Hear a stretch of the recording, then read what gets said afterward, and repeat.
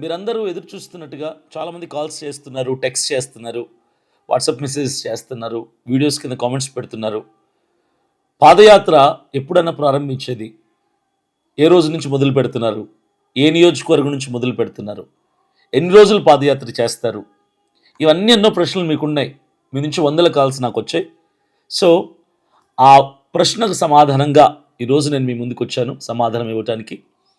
ఈ నెల 27వ తారీఖున, జనవరి 27వ తారీఖున అల్లూరి సీతారామరాజు జిల్లా, ఏఎస్ఆర్ జిల్లా అరకు నియోజకవర్గం నుంచి మనము పాదయాత్ర ప్రారంభించబోతున్నాం.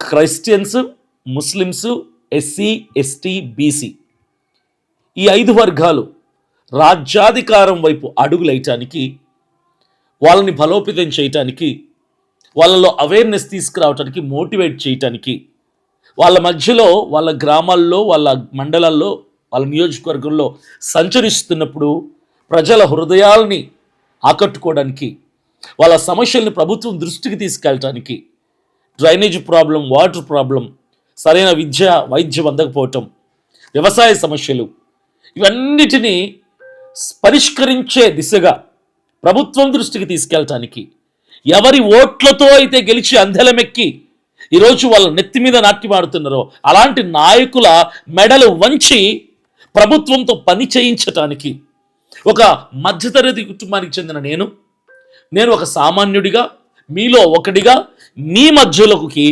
27వ తారీఖు నుంచి రాబోతున్నా. ఈ నెల 27వ తారీఖు నుంచి మీ మధ్యలోకి నేను రాబోతున్నా. నన్ను మీ వాడిగా స్వీకరిస్తారు అనుకుంటున్నాను. మీ తమ్ముడుగానో, మీ అన్నగానో, మీ బిడ్డగానో నన్ను చేర్చుకోండి. మీలో ఒకటిగా నన్ను ఆహ్వానించండి.